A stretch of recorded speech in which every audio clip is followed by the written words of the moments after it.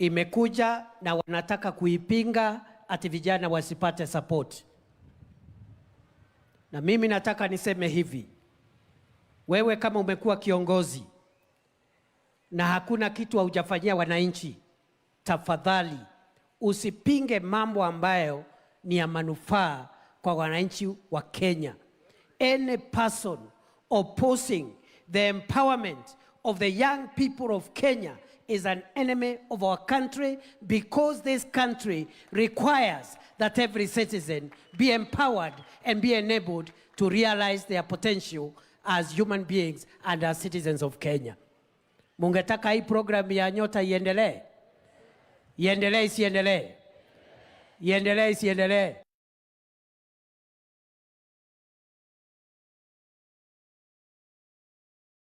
Hii Nyota ni ya kuweka pesa mifukoni mwetu, na hatutakubali watu ambao wameishiwa na power wapinge mradi wetu.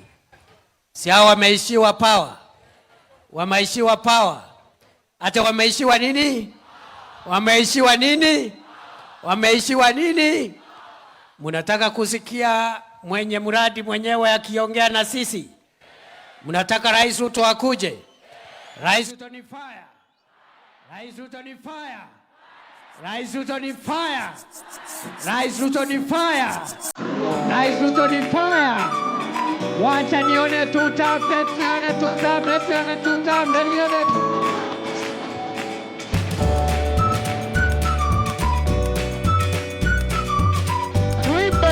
Tuimbe ama usumbe.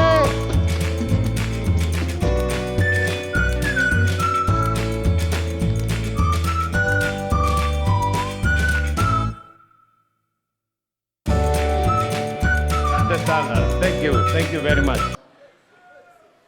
Mnaweza keti chini.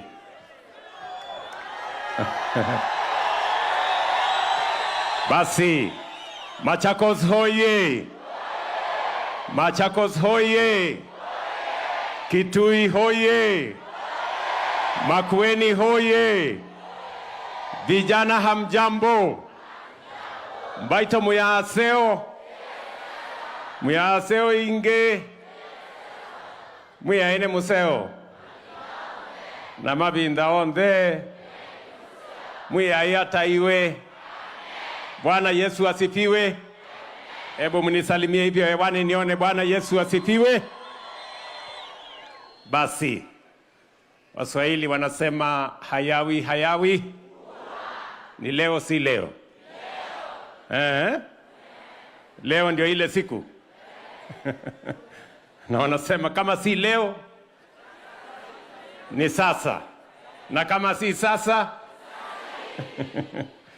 bas. Mimi kwanza nataka nichukue nafasi hii nimshukuru Mungu kwa kutupatia nafasi tufike hapa Machakos ili tuendeshe program hii ya Nyota. Mimi nataka niwakaribishe vijana wote, najua mmetoka sehemu mbalimbali. Mimi nataka niwaeleze ya kwamba kila kijana ambaye amefika hapa, jipigieni makofi jameni. Nyinyi ni watu wa kujituma. Ni kweli ama si kweli? Hii program ya Nyota itafaidi vijana 820,000. 820,000 young people are going to benefit from this program of Nyota in the different components that are there. Na mimi nataka niwaeleze vijana wa Kenya, this is your program. We are going to make sure that every young person who has a chance is given an opportunity to be part of this program. Na tumefanya hivi tukitumia teknolojia, kwa sababu tatizo ya Kenya kwa muda mrefu, matatizo ya programs ya serikali saa zingine inaharibiwa na ufisadi. Ni kweli ama si kweli?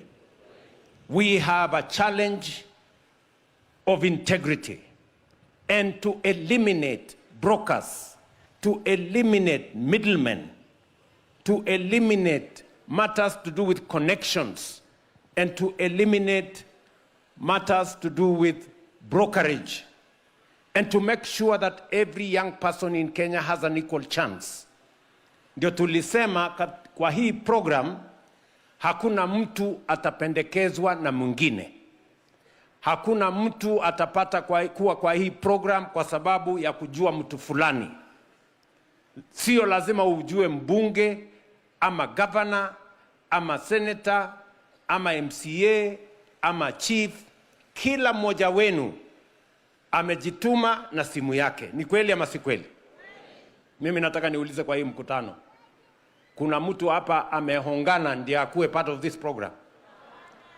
Mimi nataka niwaulize, if there is anybody who has paid any money or who has been asked to bribe anybody so that they can be part of this program, I want to know, not because of you, but I want to deal with the people who in any way may have involved in corruption. Kwa sababu kama serikali, as a way of fighting corruption, we have digitized all government services. Today, we have digitized 23,000 government services. From 300 government services in 2022, today 23,000 government services have been digitized so that citizens can access government services without interventions, without barriers, without roadblocks. We have also made it easy for people to pay for government services on e-citizen. Sio lazima ukuwe na pesa ya cash, unalipa e-citizen kupitia mtandao, so that we eliminate opportunities for citizens to be corrupted by brokers and by patronage. Na ndio sababu hiyo leo mumeketi hapa. Si kila mtu ameingia kwa hii program kupitia bidii yake. Ni kweli ama si kweli?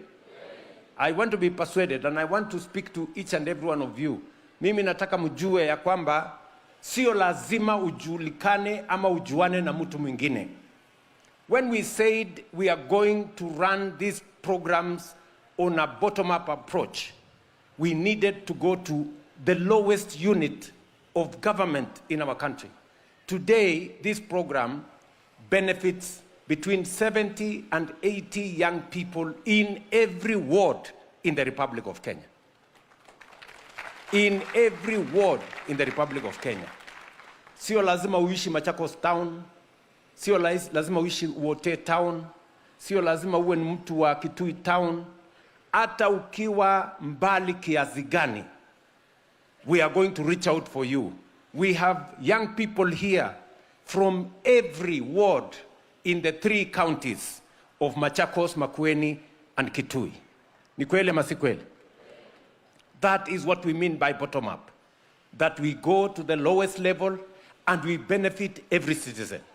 Kwa hii program vile vile, tulisema ya kwamba sio lazima uwe na degree, sio lazima uwe na diploma. Ukiwa na diploma ni sawa, ukiwa na degree ni sawa, ukiwa na certificate ni sawa, lakini our intervention is to give everybody a chance bila ya kubagua mtu kwa sababu hana elimu ya kutosha. We must give everybody a chance. That is what we mean by bottom up. Kuna watu wamekosa kwenda secondary school, sio kwa makosa yao. Kuna watu hawakupata nafasi ya kwenda college. It is not their fault. Kuna watu wamekosa kwenda college ya diploma. It is not their fault. But they are Kenyans, they are young people in our nation, and they deserve support like all the other Kenyans, young people that we are supporting. Wale ambao wamehitimu kama walimu, in the last 3 years, tumeajiri walimu 1,100. This month alone, we have hired 24,000 teachers because they have certificates. But also, tunajua ya kwamba kuna watu hapa hawajasomea ualimu. Si ni kweli?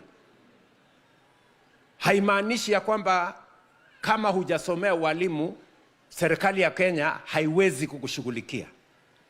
And that is why we have said we are going to have different interventions so that we can reach as many young people as possible.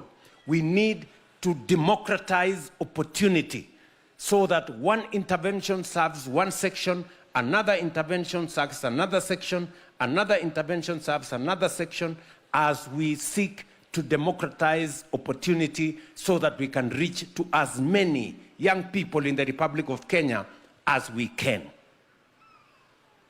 Na ndio sababu hiyo mimi nafurahi kusimama mbele yenu na kuwazungumzia nyinyi kama vijana wa Kenya. Mimi nataka niwahakikishie nchi yetu ya Kenya, this country called Kenya, by God's grace, we are going to change this country. And the men and women that are going to change this country, you are part of them. Mtu asiwaambie ya kwamba hii Kenya itarudi nyuma. Mtu asiwauzie story ya Kenya that is a failed state. The failed state is in their heads, is in their failed heads. Kenya is going forward. And I want to tell you, the challenge we have had as a nation, shida tumekuwa nayo kama taifa, sio shida ya vijana, sio shida ya wananchi, sio shida ya pesa, ni shida ya uongozi. That is the challenge we've had. Leaders. Viongozi wengi hawana habari. I say this without fear of any contradiction. The challenge we have had is a challenge of leadership. Mtu tu anataka kupigiwa makofi. Morning, evening. Anaimbiwa na wamama. Morning, evening. Na hakuna kitu anafanya. He has no plan. He has no idea. He has no agenda. He has no program. He has no vision. Watu wanahangaika tu kuimbia huyu mtu. Left, right, center. Oh, bwana mkubwa, excellency, nani, nini. And let me tell you, we made a decision that we are going to change this country. And we are changing Kenya one step at a time. When I came into office, the economy was doing badly. Inflation was at 9.6%. Our dollar exchange rate was close to 165. Kenya was set by all that it was going to default in its international financial obligation. But we provided leadership. Today, there is a world of a difference in the economy of Kenya of 2026 and the economy of Kenya of 2022. Today, inflation has come down from 9.6% to 4.5%. Our dollar reserves have grown from 7 billion to 12.3 billion, the highest in the history of Kenya. Today, I have told you, the dollar exchange rate, which was at 165, today is at 129 and coming down. Today, Kenya has grown its economy. We have overtaken Angola, we have overtaken Ethiopia. Kenya is the 6th largest economy in just 2 years. Listen, young people, it is not because we discovered anything new. It is because we have provided leadership. We have made the decisions that are necessary for Kenya to move forward. It is not that we didn't have money to run a program like Nyota. The only challenge was that there was no leadership on how this is going to happen. And that is why I want to persuade you, young people. You, your energy, your talent, your expertise is going to transform our country. Do not accept to be used by people who just see young people as people wa kupiga makelele, contractors wa kwenda kutupa mawe, watu wa kwenda kufanya mambo haya mengine. Mtu akitaka mtu ya kutupa mawe, contractor number 1 aweke mtoto yake. Sio hawa vijana wa Kenya. Sijui kama tunaelewana. Tuko pamoja? Nasikia viongozi wengine wanaongea tu hapo, oh, vijana nyinyi, tunataka mkuje mtusaidie kupiga watu wengine. Vijana nyinyi, tunataka mkuje mtupigie kura. Vijana nyinyi, young people of Kenya are not voting machines. They also want to know how are they going to change their status? How are they going to make progress? What is the plan for them to improve their lives, to grow their jobs, to have revenue, to be able to progress? Ama namna gani? Sijui kama tunaelewana. Tuko pamoja? And I am talking to you candidly because, skizeni my friends, we will change this Kenya by God's grace. Nyinyi mnanielewa? And I am very confident. When I talk about we are moving Kenya to the first world, I am determined and I am serious. And it is because we have a plan to do it. Na mutaiona, just when you are here, this country is going to change. Tunaelewana? Let me give you just a few things for you to think about. The first thing we must do is that we must make sure that every child in Kenya has an opportunity to learn. Countries like Korea, countries like Singapore, countries like Malaysia, they invested heavily in education. And that is the reason why in the last 3 years, we have increased the budget for education from 500 billion shillings to 702 billion shillings this year. It is the reason why we have built an extra 23,000 classrooms, because education is important. It is the reason why we have hired 100,000 teachers, because education is important. It is the reason why we have a new student-centered funding model for our universities and our TVETs, because the education of the young people of the Republic of Kenya is important. And it is the reason why, going forward, we're going to put more money in STEM subjects, in science, in research, in technology, because we need the human capital that is going to move Kenya from a third world country to a first world country.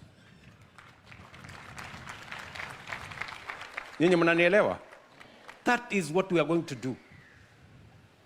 When I said we have hired 100,000 teachers, people think it is a joke. Go ask the fellows of KEPSA. Go ask the fellows of NAT. Go ask the fellows of KUPPET. We have hired 100,000 teachers.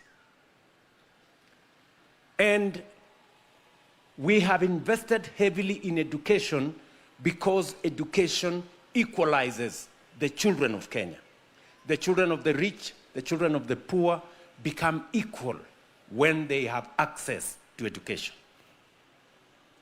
And I have asked people who have no ideas of what we are doing not to bring small politics and propaganda into our education system.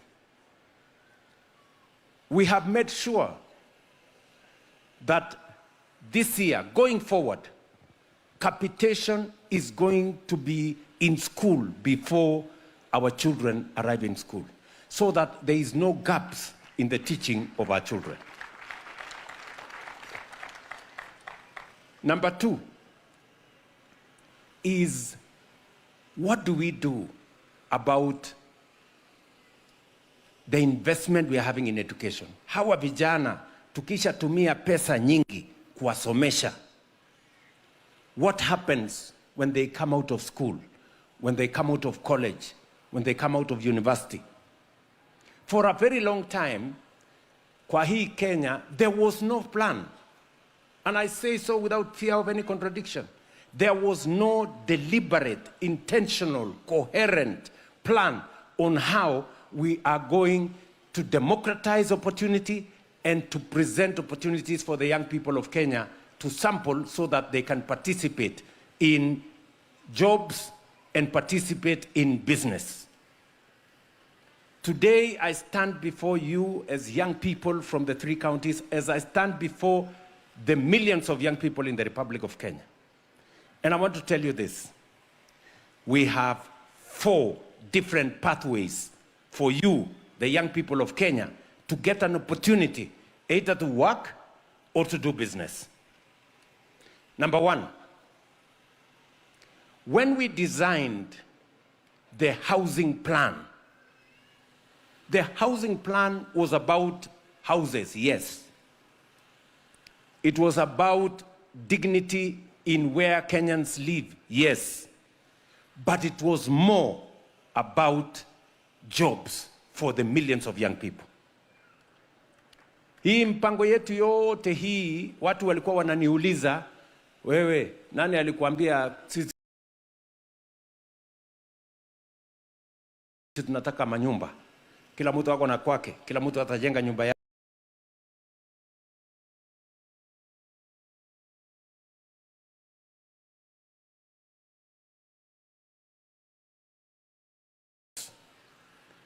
There are thousands of young people, engineers, architects, quantity surveyors, electricians, plumbers, masons, carpenters, and everybody working in our housing program, whether in the housing program or in our markets program, or even right here in Machakos at the university here, we are building hostels for 2,500 students, and we have young people working there. Nyinyi mnanielewa? Today, as I talk to you, 500,000 young people who were not working 2 years ago, today they are working. Engineers, masons, architects, plumbers, carpenters, many other people in that space. We have many people working in cement factories, in steel factories, in construction industry, supporting the housing program. The housing program was designed to give young people in Kenya an opportunity to work, and they are working. Nyinyi mnanielewa? Number 2, and we designed it because Waswahili wanasema ukiona vyaelea. Yes.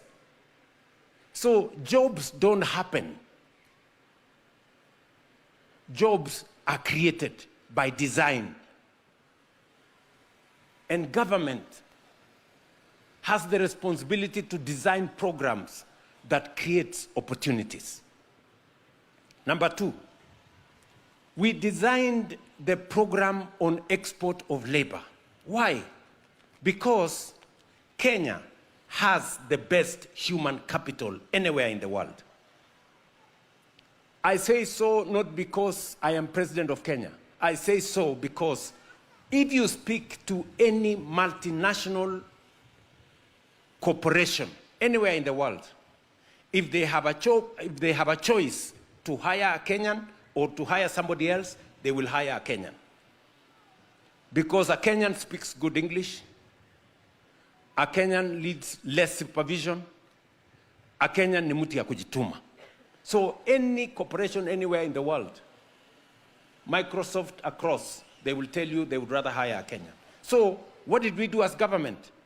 Now that we have a resource, our human capital, we must find pathways for young people in Kenya to get opportunities to work in different parts of the world. And that is why we cleaned up the National Employment Authority. There was corruption, there was patronage, there was confusion. We removed the confusion, we removed employment entities that were stealing money from citizens. We created a green channel for making sure that if you want to go and work outside Kenya, you get a passport in 3 to 5 days. We made sure that if you don't have money to go and buy a ticket for you to go and work somewhere outside Kenya, we facilitate you to buy a ticket. And today, between me and CS Mutua here, in the last 3 years, 530,000 young people from Kenya are working in different parts of the world. Let me repeat. Mnanisikia? Let me repeat. For the sake of the naysayers and for the sake of the people who see nothing good in Kenya, I have some news for you. 536,000 young people from Kenya are working in different parts of the world today. Kenyans who have found a job in the last 3 years. From America to Germany to France to UAE to Saudi to Austria and many countries in between. And we have been deliberate in making sure that we establish green channels for Kenyans to work abroad. As a result, today we are receiving an extra $1 billion from remittances from our diaspora Kenyans who are working. Because we must believe in ourselves. You know, many people don't believe in our country. So they believe that nothing good can come from Kenya. And yet they want to be leaders. I don't know why anybody would want to be a leader in a country which they don't believe in. Number 3, we have created opportunities. I said we are democratizing opportunity. And I'm saying this so that you as young people can begin to look at those opportunities. Musingoje, hakuna nafasi itakuja kukutafuta nyumbani.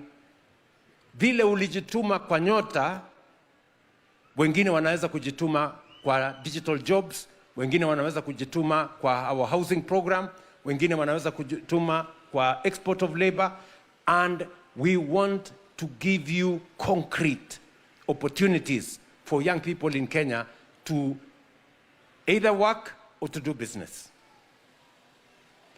I said number 3 is our digital jobs platform. We have worked with many companies across the world under the business processing outsourcing program. We have young people working on our digital platforms on the Jitume centers, on ICT hubs. I said recently, last year, I went to open one building in Ruiru, where we have 5,000 young people working for American companies from Ruiru here. And we are expanding that footprint. And we want more young people to work in our digital platforms. Na wewe ujiulize, so that we can give you opportunity. Unajua, for a long time tulikuwa tunasema ili vijana wapate kazi. Lakini hatujapanga hawa vijana watapata kazi hiyo wapi. Today I can tell you, in our digital jobs platform, you can get a job. In our housing plan, you can get a job. In our Kazi Maju, under our export of labor program, you can get a job. And today I am here to tell you, you can also do business. You can also do, pia unaweza kufanya biashara. Na leo tumekuja hapa na nimewaambia vijana 820 watakuwa part of this program. And I have come here in person to demonstrate, kwa sababu unajua kama ningesema vijana 6,000, 5,900 wa Machakos, Makueni na Kitui, kila mmoja wao tuko na shilingi 50,000 yao. Wale watu hawaamini Kenya hii wangesema hiyo ni uongo, wapi hawa vijana, sijui nini. Sasa mimi nataka kuuliza, nyinyi ni watu wa Machakos na Kitui na Makueni? Ama nyinyi ni watu wa kutoka Uganda na Tanzania? Mnatoka Kitui, Machakos na Makueni? Mimi nataka niwaambie wale hawaamini, because I am telling them as of today. Nimeongea na vijana kama hawa in the last 2 months. Nimeongea na vijana 48,000, 48,000 young people like you. I have talked to them. And in the next 2 weeks, nitakuwa nimeongea na vijana 100,000 ambao watakuwa beneficiaries wa Nyota program. Real people. so that wakati mnaniuliza wapi wale 1500 wameenda kufanya kazi nje ya Kenya, you can see these ones. Si ndio? Yes. So let us believe in ourselves. I want to encourage leaders and the people of Kenya. If we believe in ourselves, if we believe in our country, if we believe in God, Kenya is going to change. I am very confident. Because we have what it takes to move Kenya to the next level. We have what it takes to move Kenya to the next level. So, my friends, leo hapa kabla hamjaondoka kila mtu atakuwa na pesa kwa simu yake.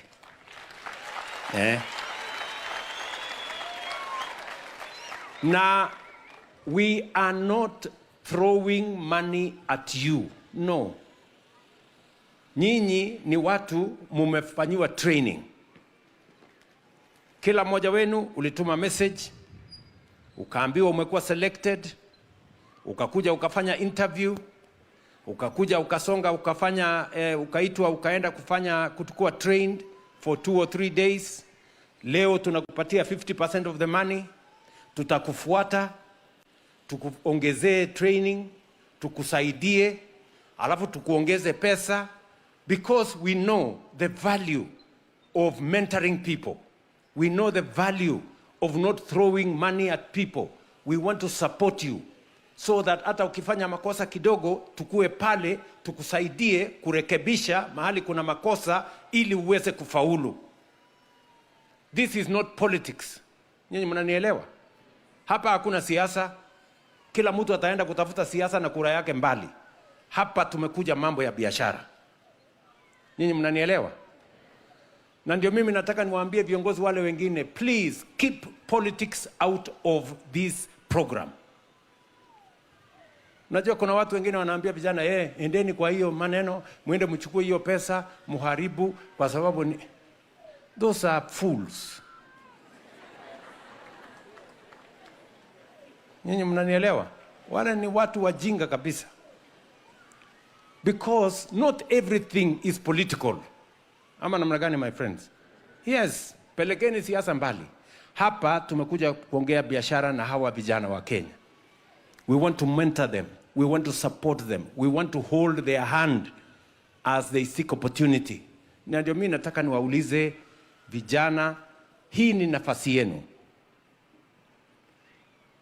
Shilingi 50,000 utapata. Tutakusupport.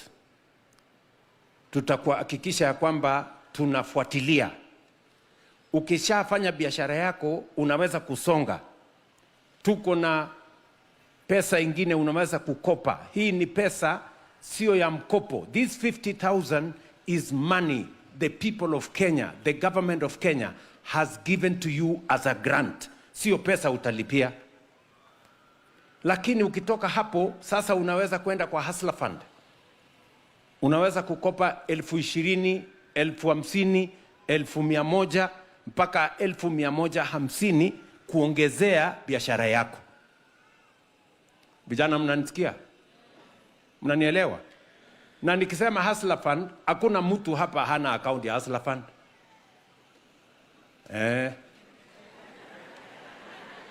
Ni ukweli ama si ukweli? Kuna mtu hapa kweli hana account ya Hustler Fund? Everybody here. Hapa kila mtu wako na account ya Hustler Fund. Si ni kweli? Hebu ni wale wako na account ya Hustler Fund? Si ni kila mtu? Everybody here. Si ndio? Lakini hii pesa tumeweka kwa posti la biashara. Sio ya kulipa Hustler Fund. Sio ya kulipa Fuliza. Hapana, ni ya kufanya biashara. Ukishafanya biashara, utajipanga vile utalipa Fuliza, utajipanga vile utalipa Hustler Fund. Ama namna gani? Mbona nyinyi ni wale wa kukosa kulipa,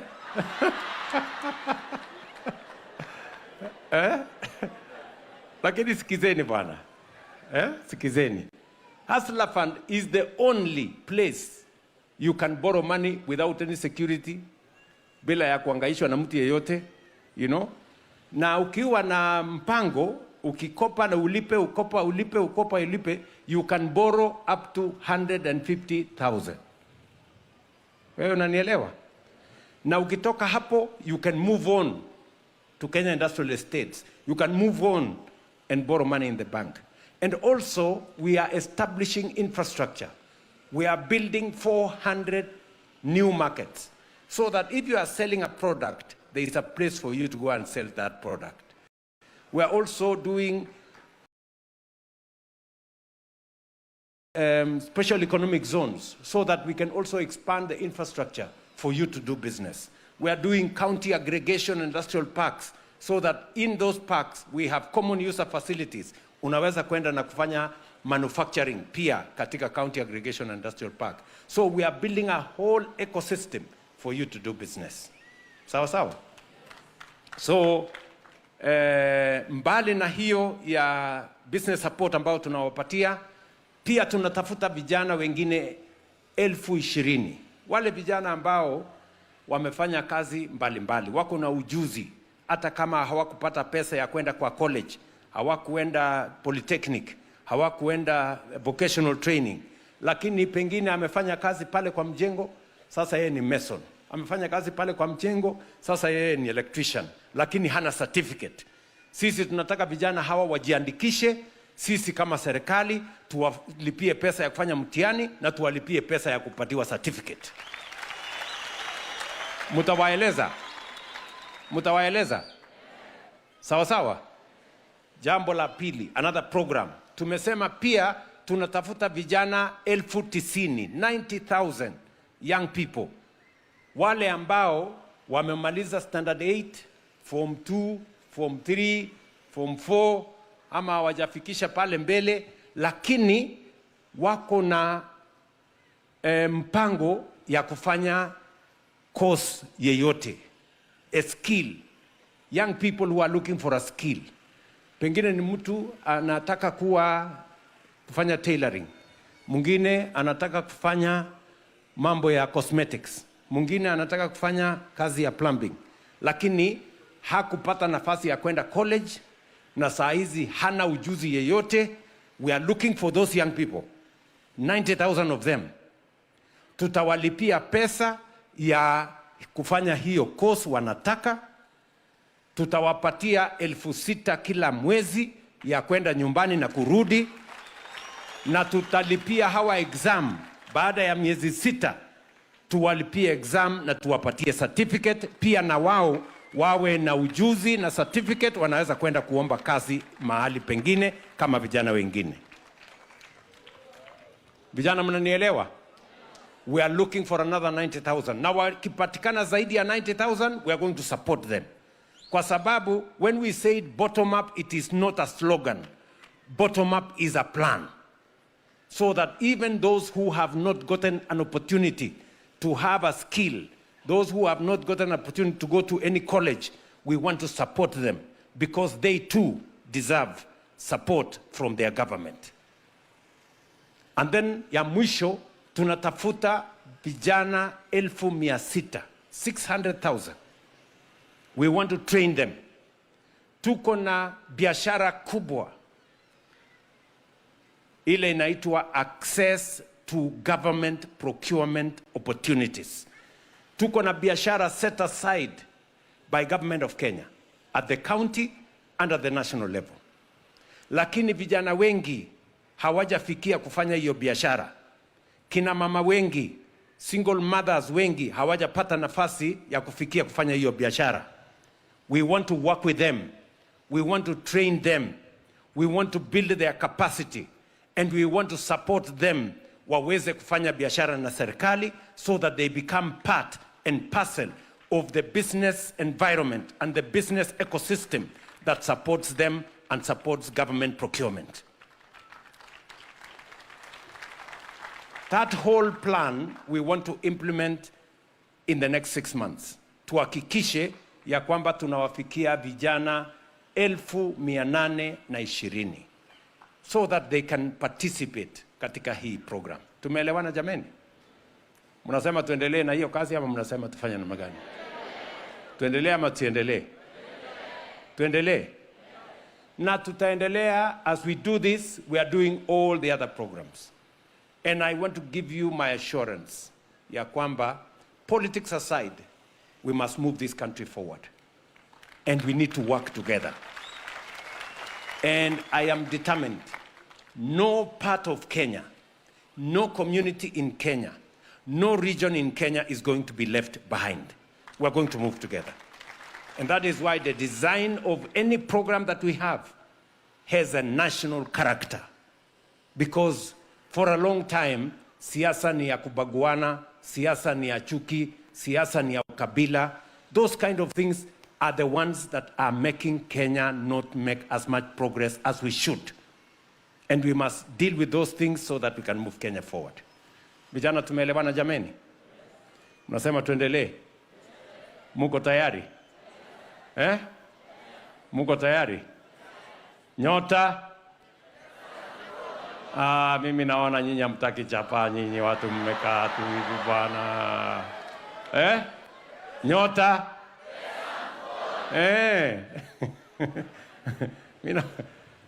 Mimi naona nyinyi network bado. Pesa nyota? Hapo.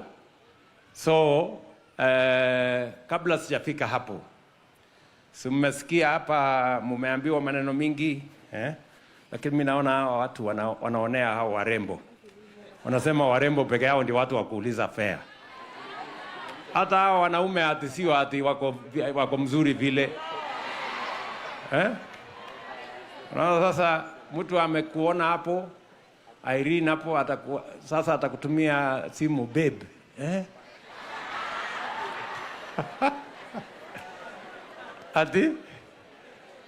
Ati kwa ule. Unajua niko na ugomvi sana na viongozi wengi na wagombanisha. Kuna wengi hawana mpango, hawana plan, hawana sera, wanazunguka tu humu. Kini sawa tu. Heri nyinyi mko na plan. Heri nyinyi mko na mko na mpango. Si ndio? So tuko zote pamoja, sio? So sitaki kusema kuzidi hapo. I really appreciate, and I want to persuade you, please, good people, believe in yourselves. Mtu asikuambie huwezi, mtu asikuambie ni kidogo, mtu asikuambie hawezekani. Tell them it is possible, and I am going to succeed. Mujiamini, believe in yourselves, you're going to succeed. Na tutawaombea Mungu awasaidie so that each and every one of you succeeds.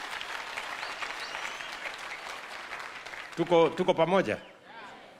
Na siasa isiwasumbue. Siasa ni kitu ya siku moja. Maisha ni ya kila siku. Si ndio? Siasa si inapigwa kura. Kwani siasa inapigwa kura mwaka moja? Si ni one day affair. So let's forget about politics for now. Let us concentrate on what is important. And that is why the plan we have is to support you. I have made a commitment, a serious plan we have on how we are going to move Kenya to the next level. Nyinyi mtaona tu hivi karibuni hapa. In the next few months, you will see the kind of movement we are going to generate, because we now have what it takes to move Kenya to the next level. Kwa hivyo asanteni sana.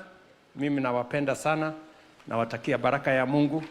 Na waombea mfaulu, kwa sababu kufaulu kwenu ndio kufaulu kwa Kenya. Si ndio? Sasa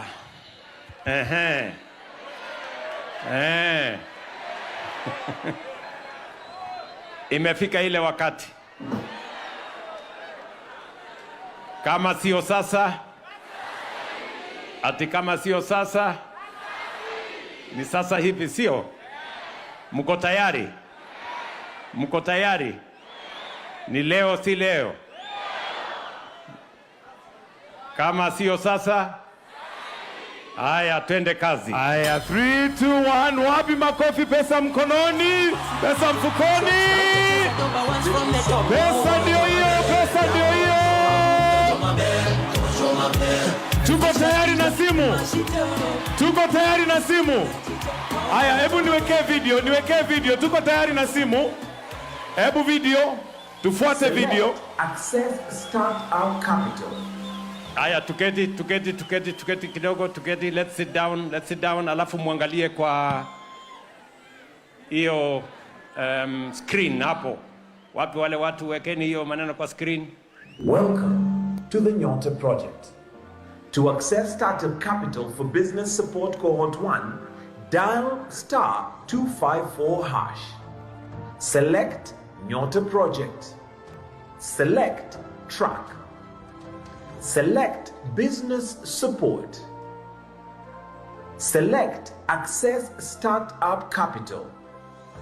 Enter some details about your business. Then confirm by entering your mobile money PIN.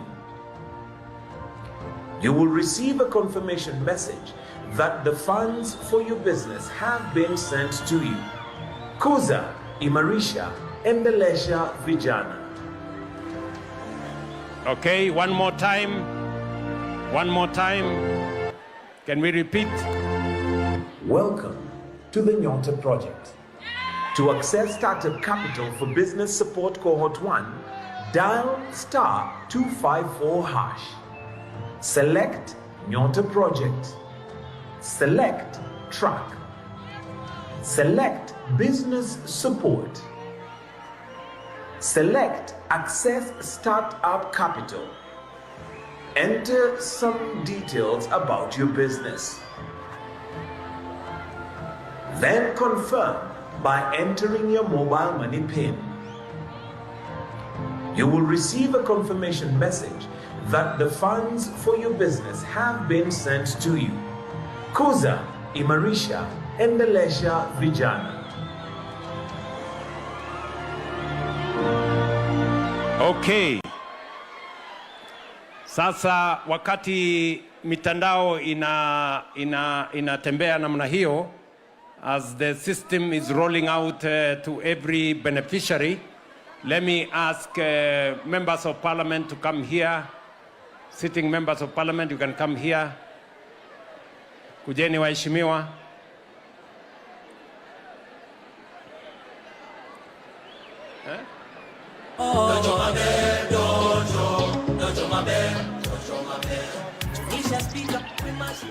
There is a problem with the internet. Somebody, somewhere.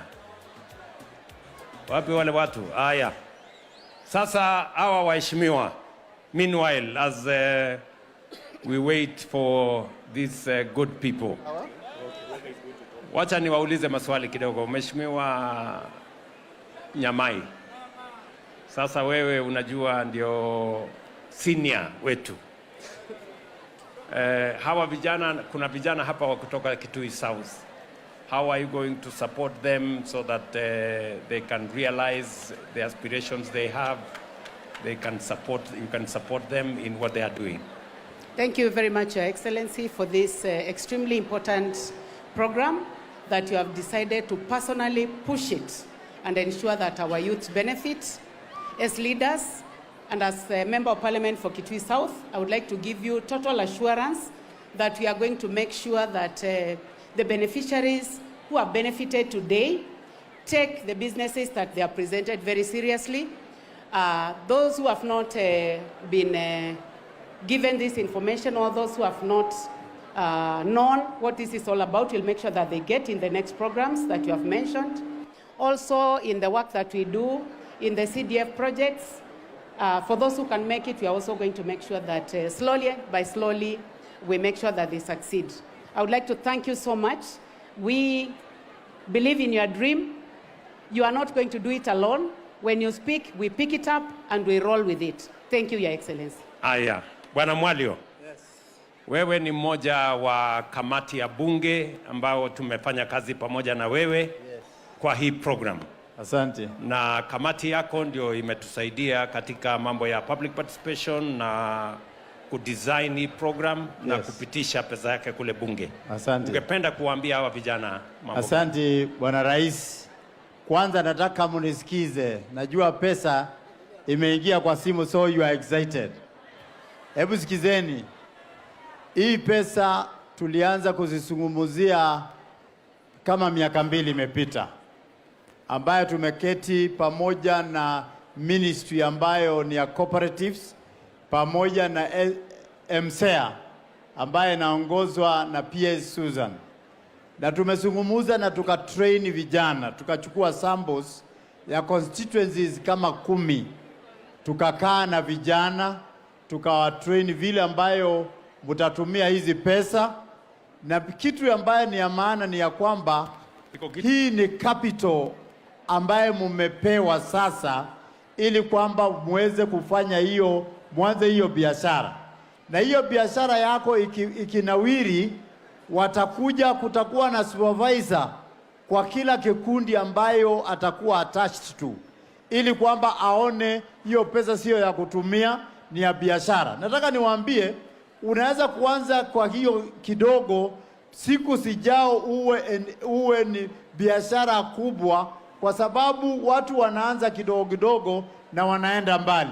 Kwa hivyo mashauri yangu ni ya kwamba tumieni pesa vizuri, na hii pesa itawasaidia na mtaona matunda. Kitu nataka kushukuru rais. Unajua sasa wewe umecreate employment ya vijana karibu milioni 100. 100,000 umecreate employment. Kwa sababu hiyo pesa ambayo hawa vijana wataenda kuanza kazi, wataandika wengine ambao watakuwa pia wanadependi na wao. Kwa hivyo tumeshukuru sana kwa kazi nzuri ambayo umefanya. Mungu akubariki sana. Thank you very much. My brother Mutuse. Yes sir. Kutoka kule Makueni. Pale Kibwezi West. Tuko na wangwana hapa wa kutoka Makueni, na wangetaka kusikia sauti ya Makueni. Tuko na program ambayo inafuata ya recognition of prior learning, ile nimesema. Tuko na program nyingine inafuata ya kuhakikisha kwamba we develop skills. Tuko na program ambayo itafuata ya access to government procurement opportunities. How are you going to work with the people of your constituency and Makueni in general to make sure that wale wame benefit from this program, the others benefit from the next program? Asante sana Mheshimiwa Rais. Kwanza nataka nikushukuru kwa sababu tangu Kenya ipate uhuru, wewe ndio rais wa kwanza umekumbuka vijana kuwapatia pesa directly. Kwa sababu watu wengi wanakuja na mastori, lakini pesa haifikii vijana. So hata tukiongea mambo yote lazima tukushukuru kwa sababu leo vijana wa Kenya wanapata pesa directly. Pili, unajua kwamba katika kaunti zetu za Makueni na hapa Machakos na Kitui, umaskini umekuwa hali ya juu sana. Na ni kwa sababu hiyo umaskini, vijana wengine wetu hawakumaliza mashule vizuri. Wengine hawakumaliza class 8, wengine walienda form 1, pesa ikakatika kwa sababu wazazi hawakuwa na pesa, hawakumaliza standard 8. Na hapo wengine wakaanza kujifundisha huku nyumbani, wakawa mafundi. Kwa hivyo mpango umeleta wa recognition of prior learning, kufundisha watu wetu wakuwe mafundi, kwa sababu hakuna fundi ambaye apati kazi kila siku ya kujitafutia familia yake. Pia mimi na CDF yangu nikiwa pale Kibwezi, tutaongeza kidogo pale kwa CDF ile ambao umetoa. Kama utatrain vijana 100, kwa sababu we ni rais pale kwangu Kibwezi, mimi kama mtu wako wa mkono nisukume pia vijana 50. Yes. Na nitaomba wabunge wengine vile vile tufanye namna hiyo, ndio tuendeleze Kenya, Ukambani na Machakos. Asante sana Mheshimiwa Rais. Bas, Mheshimiwa Kawaya, wewe pia ni mbunge wa kutoka sehemu hii. Hawa vijana wataenda kuanzisha biashara ndogo ndogo. Mtawasaidia kwa njia gani kuzungumza na county ili mambo ya leseni, mambo ya mahali ya kufanyia biashara, hawa vijana wasije wakasumbuliwa? How are you going to support them, Mheshimiwa? Thank you, Your Excellency. And Your Excellency, first I want to thank you. Niseme mimi nimekuwa bunge kwa miaka 15 sasa. And I have served under different presidents. Na mimi sijaona rais ambaye amekuwa wa kudumu kama wewe, ambaye pia anakumbuka vijana. Second, niambia wa vijana hakuna pesa kidogo. People have grown very tiny businesses to be very, very powerful empires. It is not about how much money you have, but the strategy and the plan you have to grow that little money to where you want to take it. Commitment yangu kama mbunge ya kwanza ni kwamba mimi nitasaidiana na vijana wangu wa kule kutoka Mwala. Na najua wale wabunge wengine watafanya hivyo, kwamba zile biashara zenu kidogo mnaanzisha tuwashike mkono. Leo kupitia kwa hii program, rais wetu amecreate 1 million jobs. We want to help you so that you can also help us grow or create another 1 million jobs. Na sisi pia tutakuwa wa kuwatetea, ndio pia county governments ziweze kuwa haziwasumbui katika kufanya biashara zenu kidogo kidogo.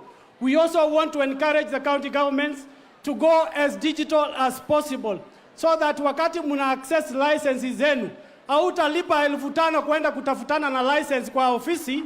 Wewe katika comfort ya mahali unatoka, unaweza kuapply kwa leseni pale, na uweze kulipia pale kidogo, na pia uweze kutumiwa leseni yako in a digital format. Kwa hayo mengi, asante. Wapi bwekse kidogo, wapi bwekse.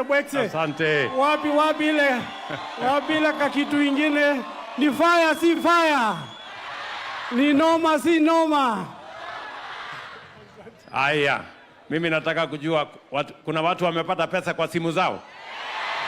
Ala, pesa ishaingia kwa simu? Hebu nione wala pesa imeingia kwa... Ala! Ni sawa hiyo eh? Mimi naona kumbe maneno iko. Si ndio? Wacha kabla sijaitana, wacha nimpatie my friend CNN kutoka Mwingi. Bwana mheshimiwa kutoka Mwingi. Unajua pale katika bunge tukilete mapendekezo, kwa sababu nimeona vile vijana hawa kufikia sasa watapata pesa vijana 1,100 bilioni 5. Tutaleta tena mapendekezo bunge.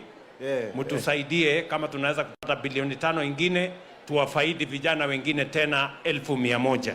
Wewe utasemaje kuhusu hiyo mpango? Your Excellency, I sit in Special Funds Committee, and this is an historical fund. We are going to support it. We even want to access and to give more youth this opportunity. Even if you ask for 10 billion, if we can afford as an economy, and it is going to the young people, we will fully support it in Parliament, Your Excellency. This is a very important program, and it is real. No corruption, nothing is happening midway. There are no cartels. It is direct and it is electronic. Congratulations for what you have done, including your PS. Secondly, Your Excellency, for those 320 youth from Mwingi West who have gotten this fund, we are going to collaborate with UESO Fund and even Youth Enterprise Fund to supplement and to synergize what you have gotten today, and we can even add it to 100,000 for those who have gotten the funds today. So watoto wangu wa Mwingi West, tuko hapa na nawaona tuko hapa. We will work together and we will have a sitting to ensure whatever you have gotten today, it is going to be for the benefit for you for today, tomorrow, and in the future. Asante sana. Makofi mheshimiwa, asante sana mheshimiwa. Yes. Wacha nimuite mbunge wetu wa kutoka Kangundo. Pale Kangundo kuna wafanyabiashara wengi, nilikuwa Kangundo juzi. Utawajumuisha vijana hawa kwa njia gani mheshimiwa, ama uwajumuisha wale wengine hawakupata nafasi, ili tuweze wakati tunapanga inayofuata pia na wao wafaidike? Thank you very much, His Excellency, and congratulations for the good job. Sisi kama Wakenya tunataka pesa, na wewe kama baba yetu unatupatia pesa. Tunataka rais kama wewe na hudumu forever. Sisi kama kutoka pande ya Kangundo na Laja, Machakos, Makueni na Kitui, this is real for us. Congratulations, we are happy. If we can have more, continue bringing money to our youth, and our youth will grow.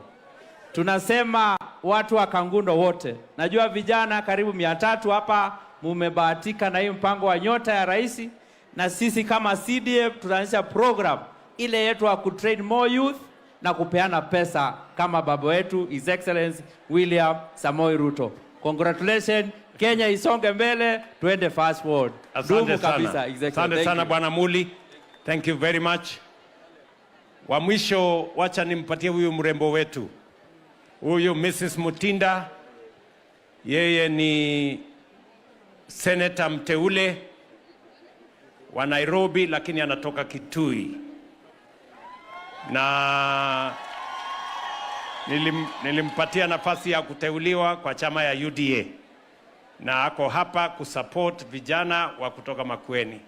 Mheshimiwa, in this program we have as many men as women. In fact, in this program the design is that 50% of the beneficiaries must be men, 50% must be women, because we want to make sure that we develop this progressively. As a woman senator, what are you going to do to enhance that, to make sure that all the other interventions in government are also shared equitably between our young men and our young women? Shukran sana Bwana Rais Daktari William Ruto, kwanza kwa kunipa nafasi hii kupitia chama chetu, kwa sababu ni mimi ambaye kutoka jimbo la Eastern niko katika serikali kwa kiti cha seneta mteule. Nikushukuru sana kwa program hii ya leo Bwana Rais, ambao umetembea Kenya mzima wewe mwenyewe. Wewe mwenyewe hautumi yoyote. Wewe mwenyewe uko pale kuhakikisha ya kwamba zile fedha zimefikia mayouth wetu. Jambo ambalo tunakushukuru. Mimi kama seneta katika bunge la Seneti nitashirikiana na wabunge wenzangu kwa ile miswada ambayo tutakuwa tunapitisha kuhakikisha ya kwamba biashara zimekuwa na policies ambazo ni rahisi. Mimi kama mwanabiashara pia nitawa encourage my youth. Muensure ya kwamba mume increase ile market share yenu mahali ambapo mtaanzia kwa udogo wenu. Ile soko kidogo mtakuwa nayo, mzidi kuimarisha, izidi kuongezeka. La mwisho, tumesema, nimesikia wamegusa mambo ya warembo. Wamesema warembo nyinyi mmekuwa na tabia ya kuitisha fare. Mmekuwa na tabia ya kuitisha. Leo nyota imekomesha mambo ya kuitisha fare. Sisi tumekemea. Sisi kama wamama tumekemea mambo ya kuitisha fare. Tunafuata ile njia inayofaa. Sisi tufanye biashara ili tuweze kusonga mbele. Si Mheshimiwa Rais ni bazenga, ni bazuu, ni mzito kabisa. Asante. Moto si moto. Asante. Moto si moto. Mungu wabariki wakati wote, asanteni. Basi, mimi nataka nisikize kutoka kwa vijana. I want a beneficiary from, 2 beneficiaries, a man and a lady from Machakos, wakuje hapa. Nataka 2 beneficiaries from Kitui, mnaweza kufika hapa. And 2 beneficiaries from Makueni, wakuje hapa. Kuja mrembo. Kale boy, relax hapo. Hello my dear. How are you? Unaitwa nani? Becky. Becky. How are you Becky? Boss, niaje? Very good. Hiya, Becky. Come. So, mpatie microphone. Becky, unaitwa? Naitwa Becky. Becky Ndunda. I'm from Machakos, representing Momboni North. Very good. Let me ask you, Becky. Yes. How did you ulikujaje mpaka kuwa part of this program? Uli apply namna gani? What was the journey? How did you get yourselves here? Okay. First of all, nilipata huu ujumbe kutoka from my neighbor. Sikuwa naamini akiniambia mara ya kwanza. But simu hiyo time ilikuwa charging. Akanipigia through a friend. Akaniuliza, have you dialed that *254? Nikamwambia not yet, acha simu yangu i-charge. No, dial it right now. So I did it. nika dial. After hapo nikangojea kidogo, nikaambiwa you can come for the, what do you call it, registration. Yeah, next I waited for another time, nikatumiwa another message, nika-invitiwa for the training. I did a 4 days training. After that tukangoja, tukaona wa madam Susan akatutumia, akatuambia from the 7 January tutapata hii pesa. So I waited until today. Yeah. Okay. Unasema kwanza hukuamini? Sikuamini. Kwa sababu scam ni mingi. Scam zimekuwa mingi, mbona ni dial *254? Hiyo nimezoea ni ya kuchukua asla. Yeah. Okay, nataka nikuulize. Yes, sir. And uniambie ukweli. Kuna mtu amekuuliza pesa yoyote ndio ufike hapa? No. Hakuna mtu amekuuliza pesa? No. Hakuna mtu amekuambia upatiane hongo? Hakuna. Mimi nataka nikuulize. Yes. Ni kwa sababu unajua chief? Hata sikuwa namjua that time. Nasikianga tu jina, but the moment tulienda hiyo ndo nilimjua. Ndio ulimuona pale? Yeah. Ndio ulimuona pale? Yeah. Sio ya kwamba MCA amekutuma No. ama mbunge ama connection ama anybody. So it's just a process. Wewe mwenyewe umejituma, ukasonga ukafika hapa. Yeah. That is the essence of this program. We need to demonstrate that we can fight corruption using technology. Yeah. It is not a must for you to know anybody. You must not have a broker. There must not be patronage. You can benefit from a program like this without anybody intervening. Sawa sawa? Yeah. Sasa, umepata pesa kwanza? Nishapata. Hebu nione.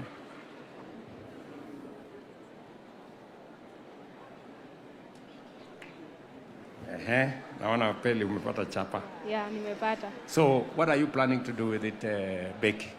Okay, mimi na plan kufungua mtumba shop. Nitakuwa na deal na nguo za mitumba, I'll go for bells. Nimework for 2 years, niko na experience. Nimetamani sana kuwa na business yangu. Shida ilikuwa tu capital. But sasa nimeipata. I have to open it.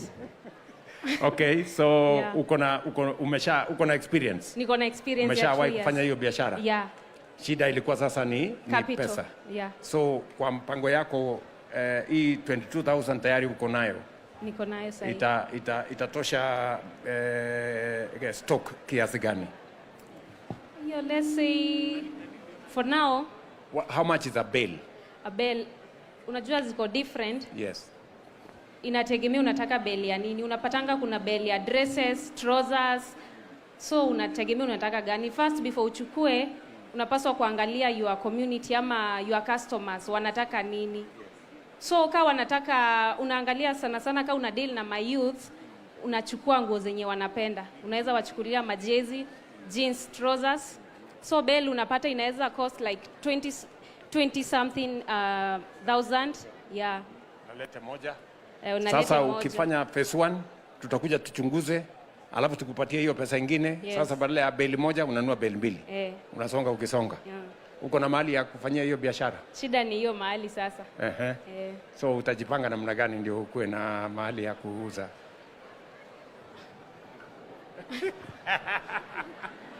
Tutaongea kando. Nitakutafuta. Aya, asante sana. Thank you very much. Pigeni makofi Becky jameni. Aya, hoja.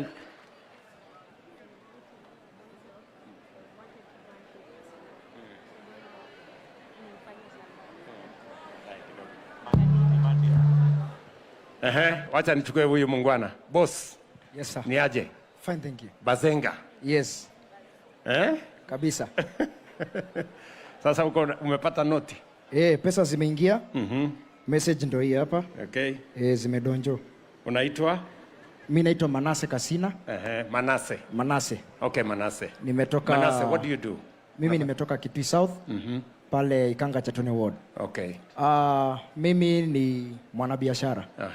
So at least hii itanisaidia kuboost my small business. What business do you do? Mimi na engage na biashara ya school uniforms. So sasa tuko msimu ya uniforms. Nimepata kaboost, itaenda pale niingie pale soko sasa nikitoka hapa. Niende nichukue mzigo ingine ya sweaters, niingie nazo Kitui Town. Yes. So, but it's a business you've been doing. Yes. So unaenda tu kuisukuma isonge Expand. Yes. Alafu tukiona umesukuma tukuje tukufanyie maelezo. Yes. Alafu tukupatie hiyo 22,000 nyingine. 22 nyingine na kama kuna nyingine pia tuchukue yote. Okay. Yes. Sasa nataka nikuulize. Yes sir. Uko na wasia gani? What advice do you have for people like you who are beneficiaries of this program? Okay, thank you Mr. President. Mimi wasia yangu ni moja. Kwa my youth. Kitu ya kwanza, hii pesa si kidogo. With the right investment channel, ukichukua hii pesa you invest it. At the end of the day itakupatia returns. Chukua ile returns, you can plow back. Yes. Or else tumia kidogo 20%, plow back 80%, then ingine invest plus ile capital ulikuwa nayo, it will boost you and enable your business to grow to the next level. Yes. Yes. So twende tutumia wisely. Very good. Umesikia kuna kitu inaitwa plowback. Huyu jamaa ametueleza ukifanya namna hiyo na plowback ndio mambo inasonga ikisonga. Kabisa. Sawa sawa? Yes. Asante sana Manase. Asante. Let me speak to baby girl. Baby girl. Jana kusaidia kufunga hii nini hapo. Asante.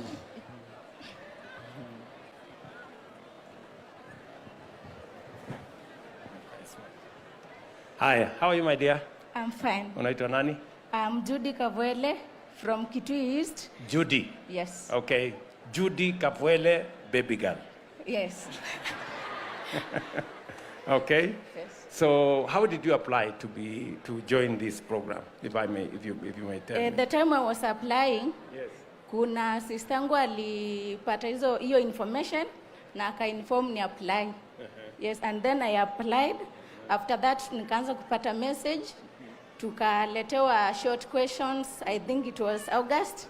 After that tukaitwa training, and then we got invitation messages to come here to lodge the Nyota empowerment. Okay. Yes. So, tayari umepata pesa? Tayari nimeshapata pesa. Naona uko na simu mbili. Sasa umeweka kwa simu gani? Nimeweka kwa hii.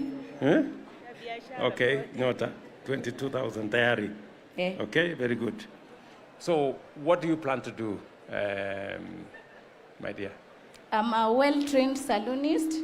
Nimekuwa nikifanya kazi kwa salon, lakini juu sikuwa na... Do you have a running salon? Uko na salon sasa? No, already siko na running salon. Juu sikuwa na capital ya kuanzisha my own salon. I was working from other people's salon, lakini it was so challenging because kama tumepata client and I have to plate her at a cost of 600, I was supposed to share with the owner of the salon. Napata driso, yeye anakula driso. Si unaona ilikuwa na hajafanya kazi yote. Na mimi nimeplate the client. Yes. Okay. Yes. So sasa mpango ni gani? Sasa mpango ni niende nianzishe my own salon. Yes. Rent kidogo. Nunue machine hapa na pale. Have you, when you were thinking, did you think about it before you came? Yes. So you have a plan? Yes, I already have a plan. You have also did a survey kujua utanunua which machine wapi nini. Yes. Alafu saluni songe mbele. Yes. So do you know which place you will be doing it? Nairobi Pipeline. Oh, hapo kwa Pipeline? Yes. Ala? Kumbe uko mnoma hivyo? So nikiwa Nairobi, nikiwa round huko ninaweza kukupitia. Huwa Nairobi unaweza ni connect na clients. Okay my dear, thank you very much. Okay. Wacha tuongee na sister hapa. Unaitwa nani? Naitwa Masi Mwende. Masi Mwende. Bari Masi. Mzuri. Mimi naitwa William Ruto. Nakujua. Sawa sawa. Nilikuchagua na ninakujua. Unanijua? How? Nilikuchagua na nikakujua. Asante sana Mwende. Thank you very much. So uli-apply hii program ya Nyota? Mimi ilikuwa jioni, ilikuwa usiku. Alafu msichana wangu alikuwa ananisomea message. Akaniambia, "Mom, hapa kuna Nyota na inasema disability na youth." Nikamwambia si apply, Mungu atatenda. Mi aka apply. Kwa simu yako? Kwa simu yangu.